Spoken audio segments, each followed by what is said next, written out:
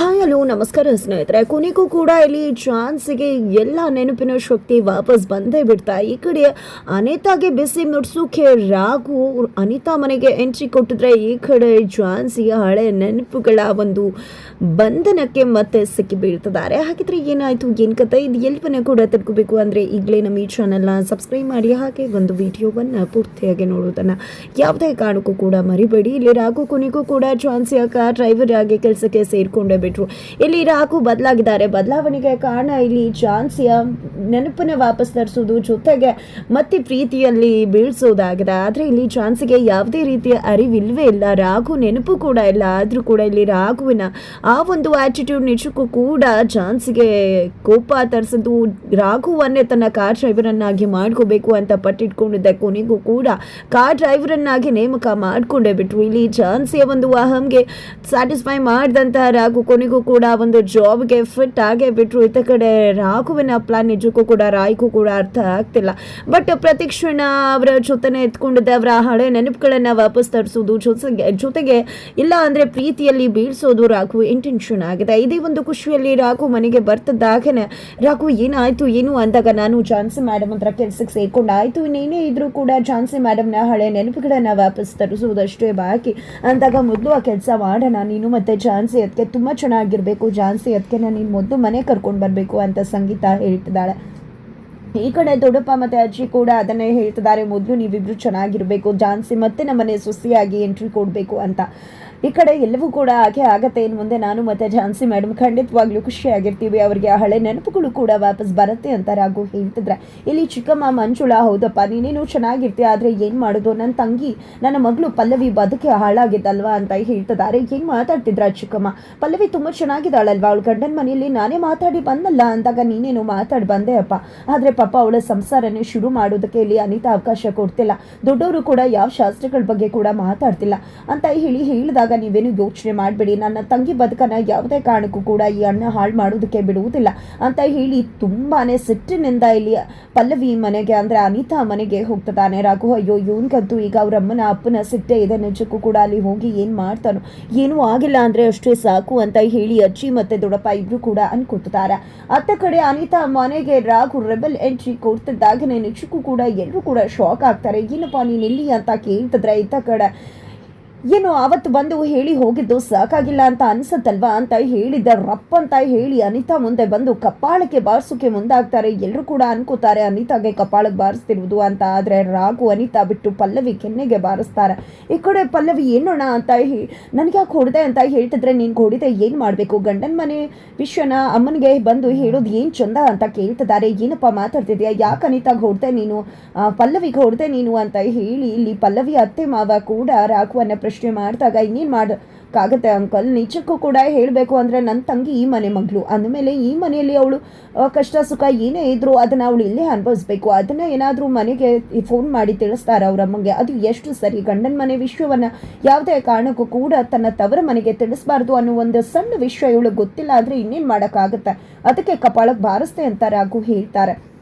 Uncle ನಿಜಕ್ಕೂ ಕೂಡ ನಿಮ್ಗೆ ಗೊತ್ತಿಲ್ವಾ, ಅವ್ರ ಸಂಸಾರ ಶುರು ಮಾಡಿಸೋದು ನಿಮಗೂ ಕೂಡ ಮೊಮ್ಮಗು ಬೇಕು ಅಂತ ಅನ್ಸುತ್ತಲ್ವಾ ಅಂದಾಗ, ಹೌದಪ್ಪ ಯಾಕೆ ರೀತಿ ಎಲ್ಲ ಮಾತಾಡ್ತಿದ್ಯಾ ಅಂತ ಇನ್ನೇನು ನನ್ನ ತಂಗಿ ಏನು ಫೋನ್ ಮಾಡಿ ಹೇಳಿದಾಳೆ ಗೊತ್ತಾ, ನೀವು ಯಾರೂ ಕೂಡ ಅವನ್ನ ಸಂಸಾರ ಶುರು ಮಾಡಿಸೋದ್ರ ಕಡೆ ಗಮನನೇ ಕೊಡ್ತಿಲ್ವಂತ, ಅದೇ ಕಾರಣಕ್ಕೆ ನನ್ನ ಸಂಸಾರ ಶುರು ಆಗ್ತಿಲ್ಲ ಅಂತ ಹೇಳಿ ನಮ್ಮಮ್ಮಂಗೆ ನಮ್ಮ ಚಿಕ್ಕಮ್ಮಂಗೆ ಫೋನ್ ಮಾಡಿ ಹೇಳಿದಾಳೆ. ಈ ರೀತಿ ಯಾರಾದರೂ ಗಂಡನ ಮನೆ ವಿಷಯವನ್ನು ಹೇಳ್ಕೋತಾರೆ, ನಿಮಗೆ ಗೊತ್ತಿರೋದಿಲ್ವಾ ಯಾವಾಗ ಏನು ಮಾಡಬೇಕು ಅಂತ. ನೋಡು ಪಲ್ಲವಿ, ಎಲ್ಲದಕ್ಕೂ ಕೂಡ ಒಂದು ಶಾಸ್ತ್ರ ಸಮಯ ಅಂತ ಇರುತ್ತೆ, ಅದನ್ನು ಬಿಟ್ಬಿಟ್ಟು ನೀನು ಯಾವಾಗ ಅಂದ್ರೆ ಆಗ್ತಿಲ್ಲ ಅಂದರೆ ಹೇಗೆ ಸಾಧ್ಯ, ನಿಮ್ಮ ಅತ್ತೆ ಮಾವಂಗೂ ಕೂಡ ನಿಮ್ಮನ್ನು ಮಗಳ ಥರ ನೋಡ್ಕೋತಿರ್ತಾರೆ, ಅದನ್ನು ಬಿಟ್ಟು ನೀನು ಇವ್ರ ಬಗ್ಗೆ ಎಲ್ಲ ಆ ರೀತಿ ಮಾತಾಡೋದು ತಪ್ಪಾಗತ್ತೆ ಅಂತ ಹೇಳಿ ಪಲ್ಲವಿಗೆ ಬುದ್ಧಿ ಹೇಳಿ, ಹೌದಲ್ವಾ ಅಂಕಲ್ ಆಂಟಿ ಅಂತ ಕೇಳ್ತಿದ್ದಾರೆ. ಈ ಕಡೆ ರಾಘು, ಹೌದಪ್ಪ ನೀನು ಹೇಳೋದು ಕೂಡ ನಿಜ ಅಂತ ಹೇಳ್ತಿದ್ದಾರೆ, ಜೊತೆಗೆ ನೀವು ಕೂಡ ಒಳ್ಳೆ ಟೈಮ್ ನೋಡಿ ಶಾಸ್ತ್ರವನ್ನ ಮಾಡಿಸ್ತೀರಾ ಅಲ್ವಾ ಅಂಕಲ್, ನಿಮಗೆ ಗೊತ್ತಿಲ್ವಾ ಅಂದಾಗ, ಹೌದಪ್ಪ ಕರೆಕ್ಟು, ನೀನು ಹೇಳ್ತಿರೋದು ಸರಿನೇ ಅಂತ ಹೇಳಿ ಅವ್ರ ಮುಖಾಂತರನೇ ಶಾಸ್ತ್ರವನ್ನ ಮಾಡಿಸೋ ಒಂದು ನಿರ್ಧಾರಕ್ಕೆ ಬರೆಸ್ತಿದ್ದಾರೆ ಇಲ್ಲಿ ರಾಘು. ಜೊತೆಗೆ ಮಿಥುನ್ ತುಂಬ ಚೆನ್ನಾಗಿ ನೋಡ್ಕೋತಿದ್ದಾನೆ ಮನಿನ ಅಂತ ಹೇಳಿದಾಗ, ಖಂಡಿತ ನಾನು ತುಂಬ ಚೆನ್ನಾಗಿ ನೋಡ್ಕೋತಿದ್ದೀನಿ ಅಂತ ಮಿಥುನ್ ಕೂಡ ಹೇಳ್ತಾರೆ. ಈ ಕಡೆ ಅನಿತಾ ಅವ್ರಿಗೆ ಕೂಡ ಸ್ವಲ್ಪ ಬೇಜಾರಾಗಿರುತ್ತೆ. ಯಾಕಂದರೆ ಘಟನೆಯನ್ನು ಮರೆಯೋದು ಅಷ್ಟು ಸುಲಭ ಅಲ್ಲ ಅಲ್ವಾ ಪಲ್ಲವಿ.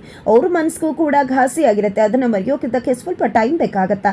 ಇಲ್ಲಿ ಅತ್ತೆ ಮಾವ ಕೂಡ ಸೊಸೆಯನ್ನು ಮಗಳು ಅಂತ ನೋಡ್ಕೋತಾರೆ. ನಿನಗೆ ಇದಕ್ಕಿಂತ ಏನು ಬೇಕು, ಇನ್ನು ಮುಂದೆ ಯಾವುದೇ ಕಾರಣಕ್ಕೂ ಏನೇ ಆದರೂ ನಿನ್ನ ಗಂಡನ ಮನೆ ವಿಷಯವನ್ನು ತಾಯಿ ಮನೆಗೆ ತರಬಾರ್ದು ಅಂತ ಹೇಳಿದ್ದ.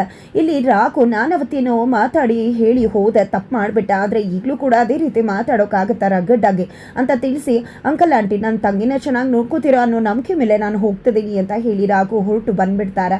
ತದನಂತರ ಇತ್ತ ಕಡೆ ಅನಿತಾ ಫುಲ್ ರೆಬಲ್ ಆಗಿದ್ದಾಳೆ. ಅನಿತಾ ಗೊತ್ತಾಗುತ್ತೆ ರಾಘು ತುಂಬಾ ನಾಜುಕ್ತನದಲ್ಲಿ ತನ್ನ ತಂಗಿಯ ಬದುಕನ್ನು ಸರಿಪಡಿಸಿ ಹೋಗ್ತಿದ್ದಾನೆ ಅಂತ.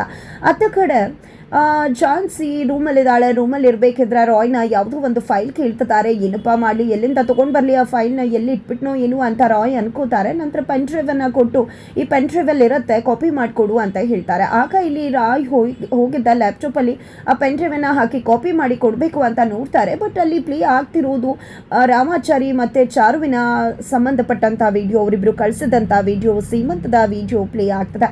ಇದನ್ನ ರಾಮಾಚಾರಿ ಮತ್ತು ಚಾರು ನನ್ನ ಹತ್ರ ಜಾನ್ಸಿ ಮೇಡಮ್ಗೆ ತಲುಪ್ತಾ ಅಂತ ಕೇಳಿದ್ದು. ಹಾಗಿದ್ರೆ ಇದಿಲ್ಲೇ ಇದೆ ಜಾಕ್ ಪಾಠ. ಹಾಗಿದ್ರೆ ಕೊನೆಗೂ ಕೂಡ ಇದನ್ನು ನೋಡ್ತಿದ್ದಾಗೆ ಜಾನ್ಸಿ ಮೇಡಮ್ಗೆ ಹಳೆ ತಿಲ್ವು ಕೂಡ ನೆನಪಾಗ್ಬಿಡುತ್ತೆ ಅಂತ ಹೇಳಿ ರಾಯ್ ಫುಲ್ ಖುಷಿ ಪಡ್ತಿದ್ರೆ, ಅತ್ತ ಕಡೆ ಪೆನ್ ಡ್ರೈವ್ ಎಲ್ಲಾದರೂ ಇರಬಹುದೇನೋ ಅಂತ ಹೇಳಿ ತುಳಸಿ ಅವರ ಮಗ ಎಲ್ಲ ಕಡೆ ಹುಡುಕ್ತಿದ್ದಾರೆ. ಅತ್ತ ಕಡೆ ಜಾನ್ಸಿಯ ಅಮ್ಮ ನನ್ನ ಮಗಳನ್ನು ನೋಡಲೇಬೇಕು, ನನ್ನ ಮಗಳನ್ನು ನೋಡ್ದೆ ನಾನು ಯಾವುದೇ ಕಾರಣಕ್ಕೂ ಬದುಕಿರುವುದಿಲ್ಲ, ಇಷ್ಟು ವರ್ಷ ನಾನು ಬದುಕಿದ್ದೀನಿ ಅಂದರೆ ಅದಕ್ಕೆಲ್ಲ ಕಾರಣ ನನ್ನ ಮಗಳನ್ನು ನೋಡಬೇಕು ಅಂತ, ನನ್ನ ಮಗಳನ್ನು ನೋಡದೆ ನಾನು ಊಟ ತಿಂಡಿಯನ್ನು ಕೂಡ ಮಾಡುವುದಿಲ್ಲ ಅಂತ ಹೇಳಿ ಹಠಕ್ಕೆ ಬಿದ್ದಿದ್ದಾರೆ. ಆದರೆ ಅಲ್ಲಿ ತುಳಸಿ ಕಡೆಯವರು ಹೊಡೆದು ಬಡ್ದು ಮಾಡಿ ಊಟ ತಿನ್ನಲೇಬೇಕು ಅಂತ ಹೇಳ್ತಿದ್ರೆ, ನಾನು ಏನೇ ಮಾಡಿದ್ರು ಕೂಡ ಊಟ ಮಾಡೋದಿಲ್ಲ ಅಂತ ಹೇಳಿ ಹಠಕ್ಕೆ ಬಿದ್ದಿರ್ತಾರೆ. ನಂತರ ಇಲ್ಲಿ ತುಳಸಿ ಅವರಿಗೆ ಕಾಲ್ ಮಾಡಿ ಅವ್ರಿಗೆ ಯಾವುದೇ ಕಾರಣಕ್ಕೂ ಊಟ ಮಾಡೋದಿಲ್ಲ ಅಂತ ಹೇಳ್ತಿದ್ದಾರೆ ಮೇಡಮ್ ಅಂದಾಗ, ಸರಿ ಆಯಿತು ಅವರ ಮಗಳು ಫೋಟೋವನ್ನು ತೆಗೆದುಕೊಂಡು ಬರ್ತೀನಿ ಊಟ ಮಾಡಿ ಅಂತ ಅಂತ ಹೇಳ್ತಾರೆ. ಸರಿ ಆಯಿತು ಅಂತ ಹೇಳಿದ್ದವರು ಕೂಡ ಹೋಗಿದೆ, ನಿಮ್ಮ ಮಗಳು ಫೋಟೋವನ್ನು ತುಳಸಿ ಮೇಡಮ್ ತೊಗೊಂಡು ಬರ್ತಾರಂತೆ, ಊಟ ಮಾಡಬೇಕಂತೆ ಅಂತ ಹೇಳ್ತಾರೆ. ಇಲ್ಲ ನನ್ನ ಮಗಳು ಫೋಟೋ ತರೋ ತನಕ ನಾನು ಊಟ ಮಾಡೋದಿಲ್ಲ ಅಂತಲೇ ಪಟ್ಟು ಹಿಡ್ಕೊಂಡು ಜಾನ್ಸಿ ಅಮ್ಮ ಕೂತ್ಕೊಂಡಿದ್ದಾರೆ. ಈ ಕಡೆ ತುಳಸಿ ಅವರು ಹೇಳ್ತಿರ್ತಕ್ಕಂಥ ಮಾತನ್ನು ಸಂಪತ್ ಕುಮಾರ್ ಅವರು ಕೇಳಿಸ್ಕೋತಾರೆ. ಹಾಗಿದ್ರೆ ಈ ತುಳಸಿ ನನ್ನ ಸುಸಿಯನ್ನು ನೋಡೋಕೆ ಹೋಗಬೇಕು, ನಾನು ಇವಳ ಫಾಲೋ ಮಾಡ್ಕೊಂಡು ಹೋದರೆ ನಾನು ನನ್ನ ಸುಸಿಯನ್ನು ನೋಡ್ಬೋದು. ಜಾನ್ಸಿ ಅಮ್ಮ ಕೂಡ ಸಿಗ್ತಾರೆ. ಕೊನೆಗೂ ಕೂಡ ನನ್ನ ಚಾನ್ಸಿಗೆ ಅವಳ ತಾಯಿ ಪ್ರೀತಿ ಸಿಗ್ತದೆ, ಮೊದಲು ಹೋಗಿ ಅವಳನ್ನು ಫಾಲೋ ಮಾಡಿಕೊಂಡು ನನ್ನ ಸೊಸೆಯನ್ನು ಕಾಪಾಡಬೇಕು ಅಂದ್ಕೊಂಡಿದ್ದೆ. ಸಂಪತ್ ಕುಮಾರ್ ಅವರು ತುಳಸಿಯನ್ನು ಫಾಲೋ ಮಾಡಿಕೊಂಡು ಹೋಗೋದಕ್ಕೆ ತೀರ್ಮಾನ ಮಾಡ್ಕೋತಾರೆ. ನಂತರ ಇತ್ತ ಕಡೆ ರಾಘು ಹೊರಗಡೆ ಬರ್ತಿದ್ದಾಗೆ ಪಲ್ಲವಿ ಓಡಿ ಬಂದು ಅಣ್ಣ ಅಂತ ಅಪ್ಕೋತಾಳೆ. ಫಸ್ಟ್ ಟೈಮ್ ನೀನು ಅಣ್ಣ ಅನ್ನೋ ಪ್ರೀತಿಯಿಂದ ನನ್ನನ್ನು ಕರೆದಿದ್ದು ಅಂದಾಗ ನಾನು ತಪ್ಪು ಮಾಡಿಬಿಟ್ಟೆ ಅಣ್ಣ, ಒಂದಿನಕ್ಕೂ ಕೂಡ ನಿನ್ನ ಬಗ್ಗೆ ಯೋಚನೆ ಮಾಡಲಿಲ್ಲ, ಆದರೆ ನೀನು ಯಾವತ್ತೂ ಕೂಡ ನಮ್ಮ ಬಗ್ಗೆ ಯೋಚನೆ ಮಾಡಿದೆ, ನನ್ನ ತಪ್ಪಾಗಿದೆ, ನಾನು ಅರ್ಥ ಮಾಡ್ಕೋತೀನಿ, ಅದಕ್ಕೆ ಹೇಗಿದಾರಣ್ಣ ಅಂತ ಹೇಳಿದಾಗ ನಿನ್ನ ಅದಕ್ಕೆ ಚೆನ್ನಾಗಿದ್ದಾರೆ ಅಂತ ಹೇಳ್ತಾರೆ. ಮೊದಲು ನೀನು ಅದಕ್ಕೆನ ಕರ್ಕೊಂಡು ಬರಬೇಕು, ಯಾವತ್ತೇ ಇದ್ರು ಜಾನ್ಸಿನೇ ನನ್ನ ಅದಕ್ಕೆ ಅಂತ ಹೇಳಿ ಪಲ್ಲವಿ ಹೇಳ್ತಿದ್ದಾಳೆ. ನೀನು ಅಂದಮೇಲೆ ಖಂಡಿತ ಜಾನ್ಸಿ ಮೇಡಮ್ ಕರ್ಕೊಂಡು ಬರೋದಂತೂ ಗ್ಯಾರಂಟಿ ಪಲ್ಲವಿ ಅಂತ ಹೇಳಿ ರಾಘು ಕೂಡ ಹೇಳ್ತಾರೆ. ಕೊನೆಗೂ ಪಲ್ಲವಿ ಕೂಡ ಒಳ್ಳೆಯವರಾಗಿದ್ದಾರೆ. ಜೊತೆಗೆ ಇತ್ತ ಕಡೆ ಜಾನ್ಸಿಯನ್ನ ರಾಯ್ ಕರೆದಿದ್ದ, ಮೇಡಮ್ ಇಲ್ಲಿ ಬಂದು ನೋಡಿ ಅಂತ ಹೇಳ್ತಿದ್ದಾಗೆ ಈ ಕಡೆ ಜಾನ್ಸಿ ಬಂದು ಆ ವಿಡಿಯೋವನ್ನು ನೋಡೋದಕ್ಕೆ ಮುಂದಾಗ್ತಿದ್ದಾರೆ.